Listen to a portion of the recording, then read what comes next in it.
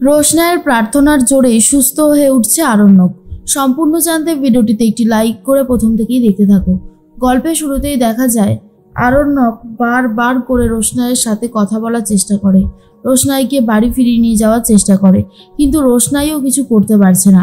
আরণ্যককে বাঁচাতে রোশনাই বারবার করেই খুব কঠিন কথা বলতে থাকে আর বলে, বললাম তো আমি যাব না, আপনি এখান থেকে চলে যান।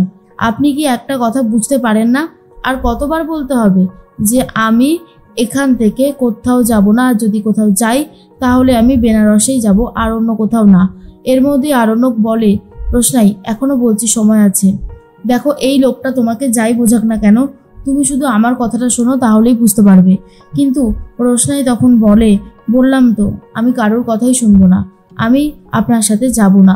এরপর আশেপাশের লোকজনগুলো বলে, মশাই আপনি বড্ড বেশি বেহায়া, ও তো বলছে ও আপনার সাথে যাবে না, তাহলে কেন জোর করছেন?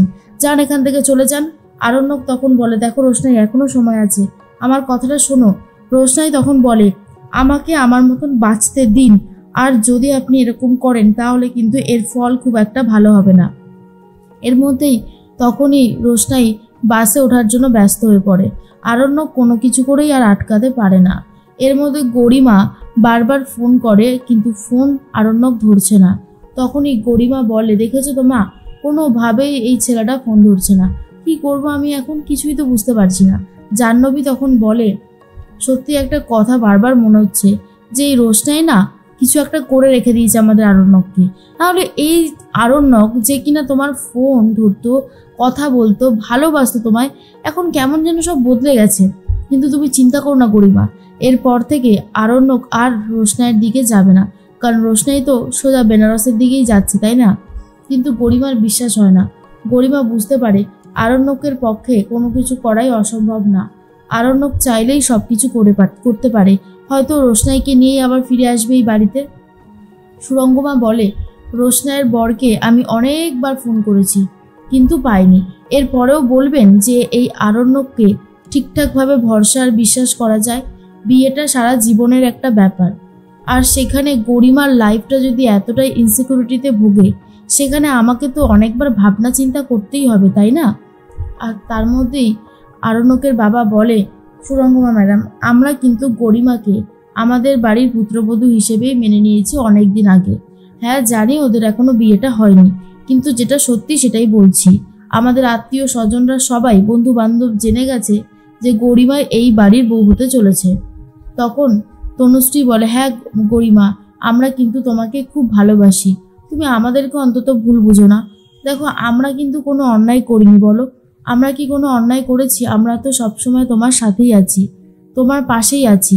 এর মধ্যে গরিমা বলে, আমি এসব কিছু নিয়েই ভাবছি না, আসলে আমার একটাই চিন্তা যে আরণ্যক আমার সাথে থাকবে তো। আরণ্যকের ব্যবহারটাই না কেমন যেন বদলে গেছে, ওকে আজকাল ঠিক চিনে উঠতে পারি না, প্রচণ্ড অচেনা লাগে। সুরঙ্গমা বলে, ওই মেয়েটার জন্য কেন বারণ করেছিলাম ওই মেয়েটাকে রাখতেই বাড়িতে, এখন বুঝতে পারছো তো? সবাই নিশ্চয়ই বুঝতে পেরেছো। আর তখন জাহ্নবী বলে, হাড়ে হাড়ে বুঝেছি, ওই মেয়েটা একদমই সুবিধার না, ওর যাই চাও তাই করে, সেই জন্যই তো আমার রাগ হয়েছিল। ভালোই হয়েছে এই বাড়ি থেকে চলে গেছে। এদিকে আরণ্যকের কাছ থেকে জোর করে রোশনাইকে নিয়ে বাসে তুলে দেয় রাজেশ ভাই। আরণ্যক সেখানে দাঁড়িয়ে দাঁড়িয়ে ভাবতে থাকে, রোশনাই এইভাবে চলে যাবে, রোশনাইয়ের তো বড়সড় বিপদ হতে পারে। রোশনাই সে কথা জানার পরেও চলে গেল। আরণ্যক এই কথাগুলোকে ভুলতে পারে না, মেনে নিতে পারে না, তার জন্য জোরে বাইক চালাতে থাকে আর বারবার করে ভাবতে থাকে রোশনাই এক্ষুনি কি কথাগুলো বলে গেল। আরণ্যক তখন ভাবে, একটা কথা বলতেই হচ্ছে যে রোশনাই আমাকে আজ যেভাবে অপমান করেছে, আমাকে এর আগে কেউ কোনোদিন এইভাবে অপমান করেনি আর সাহসও পায়নি। সত্যি রোশনাই, তুমি এই প্রথম যে আমাকে এইভাবে অপমান করলে।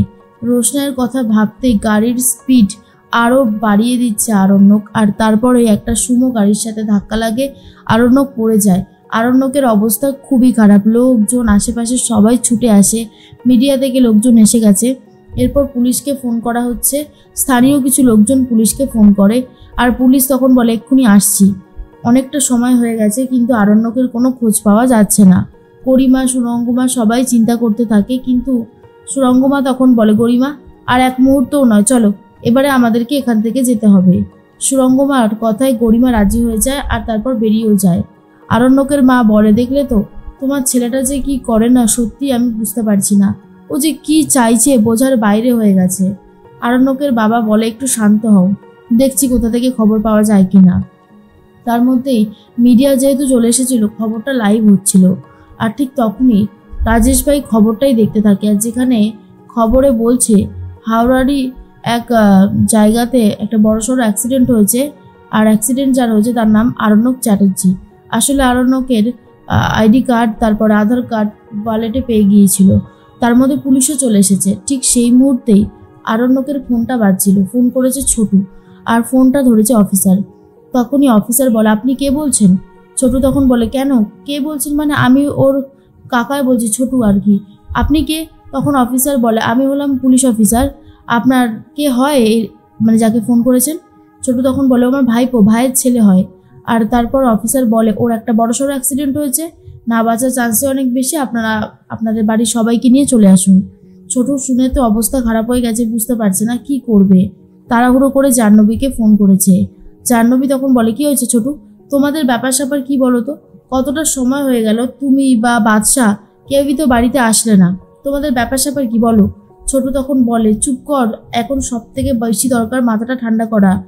আমাদের বাদশার একটা বড়সড় অ্যাক্সিডেন্ট হয়েছে, হাওড়া সিটি হসপিটালে ভর্তি রয়েছে, তোরা শিগগিরই চলে আয়। আর এটা শোনার পর জাহ্নবী সবাইকে ডাক দিতে থাকে। আর তার মধ্যেই আরণ্যকের মা বাবা, দুষ্টু মিষ্টু, মিনির মা সবাই এসে গেছে। আর তনুশ্রী তখন বলে, কি হয়েছে জাহ্নবী, এত চিৎকার করে করে ডাকছো কেন, সব ঠিক আছে তো? তখনই জাহ্নবী বলে, গরিমাকেও খবর দিতে হবে বুঝলে, আরণ্যকের একটা বড়সড় অ্যাক্সিডেন্ট হয়েছে। আর এটা শোনার পর তনুশ্রী দেবীর মাথা ঘুরতে শুরু করে দেয়। তখনই বাবলু ঠিকঠাকভাবে সামলাতে থাকে আর বলে, কি বলছো কি গরিমা, অ্যাক্সিডেন্ট কিভাবে হলো? জাহ্নবী বলে, অত কিছু বলার সময় পাইনি ছোটু, অবস্থা নাকি ভালো না, আমাদেরকে এক্ষুনি যেতে হবে। কথাটা শোনার পরেই খুব কান্নাকাটি করতে থাকে বাড়ির প্রত্যেকেই, বিশেষ করে মিনি, বড় মা, এরা আরও বেশি করে কান্নাকাটি করছে। আর অন্যদিকে রাজেশ ভাইয়ের থেকে খবরটা দেখে নিয়েছে রোশনাই। খবরটা আরও ডিটেলসে দেখতে চাইছিল, কিন্তু দেখতে পারেনি। আর তখন রোশনাই ভাবে, আর হাতে সময় বেশি বাকি নেই, যা করবার আমাকে করতে হবে। এদিকে স্যারজির এত বড় ক্ষতি করে দিলাম আমি, স্যারজি আপনার এই অবস্থার জন্য আমিই দায়ী। তার মধ্যে রোশনাই ভাবে, আমাকে স্যারজির কাছে যেতে হবে। এদিকে আরণ্যককে হসপিটালে নিয়ে যাওয়া হচ্ছে। আরণ্যকের অবস্থা খুবই খারাপ, চারিদিকে রীতিমতো এতটাই হৈহুল্লো পড়ে গেছে যে আরণ্যককে নিয়ে যাওয়াটাও খুব মুশকিল হয়ে যাচ্ছিল। পুলিশের কড়া নিরাপত্তা নিয়ে একটা প্রশ্ন উঠেছে যে এভাবে র্যাশ ড্রাইভিং করে কি করে। আরণ্যকের যেহেতু দোষটা ছিল, তাই আরও বেশি করে চাপ দিতে থাকে পুলিশকে। এর মধ্যেই আরণ্যককে হসপিটালে নিয়ে গিয়ে ভর্তি করা হয়। আর তার মধ্যে রোশনাই চলে আসছে আরণ্যকের কাছে আর ভগবানের কাছে প্রার্থনা করতে থাকে যাতে আরণ্যকের কিচ্ছু না হয়, আরণ্যক যাতে সুস্থ হয়ে যায়।